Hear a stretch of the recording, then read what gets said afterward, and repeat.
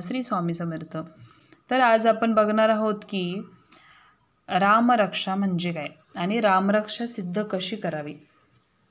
एक आहे, रोज एकदा ठराविक ठिकाणी ठराविक वेळी म्हटल्याने रामरक्षा सिद्ध होते, किंवा गुढीपाडवा ते रामनवमी या काळात दररोज 13 वेळा किंवा अश्विन प्रतिपदा ते नवमी म्हणजेच शारदीय नवरात्रात दररोज 13 वेळा पठण केल्याने रामरक्षा सिद्ध होते। तर रामरक्षाचे इतर फायदे, एक आहे अशुभ शक्तींपासून बचाव करते।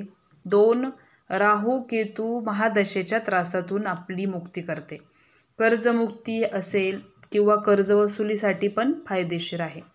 त्यासाठी आपदांपहर्तारम हा श्लोक 1,00,000 वेळा म्हणल्याचे ऋणमुक्ती हे फळ मिळते। आता 4 आहे, रामरक्षेमध्ये प्रत्येक अवयवाचे स्वतंत्र पाठ आहेत, त्या पाठाचे सतत पठण केल्याने त्याचे स्वतंत्र फलित मिळत असते। आता उदाहरणार्थ, कौशल्याये दृशो पातु हा श्लोक सतत म्हटल्याने डोळ्यांचे विकार बरे होतात। असेच वेगवेगळ्या अवयवांवरचे वेगवेगळे श्लोक आहेत।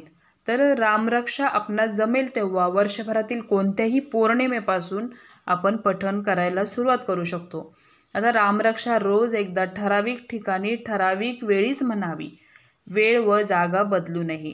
तसेच त्या आजारपणात अनुकूल श्लोक पठण केल्यास आजारपणातूनही मुक्ती मिळते। ह्या श्लोक पठणाचे 15,000 पाठ जप करणे, जपाच्या बरोबरीने आजारी व्यक्तीच्या नावाने अभिमंत्रित केलेले श्री रामरक्षा सिद्ध यंत्र सतत जवळ ठेवावे, म्हणजे त्वरित आजारपणातून मुक्तता होते।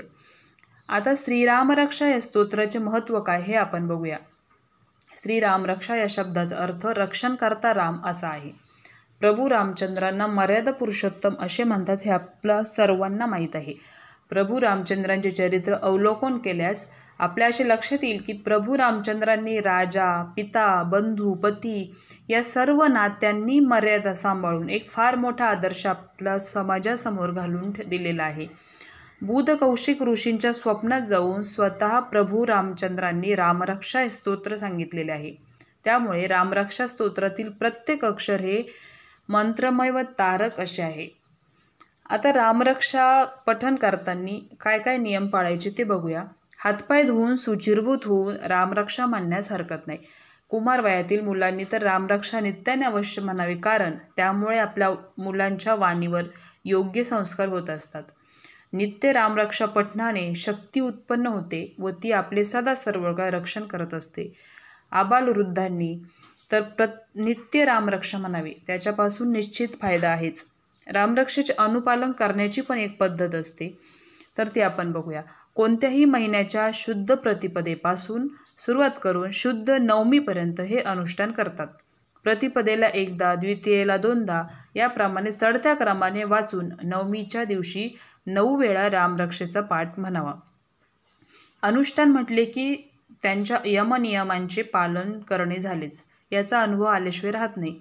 रामरक्षा हे स्तोत्र अत्यंत प्रभावी असे आहे। अशा रीतीने सिद्ध केलेले ताईत घातल्यास उपयुक्त ठरते। भीती, मनातील निगेटिव्ह विचार कमी होतात। बरे नसेल तर अंगारा लावला जातो।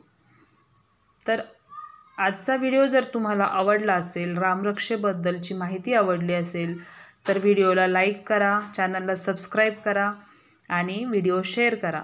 त्या व्हिडिओ पूर्ण बघितल्याबद्दल धन्यवाद।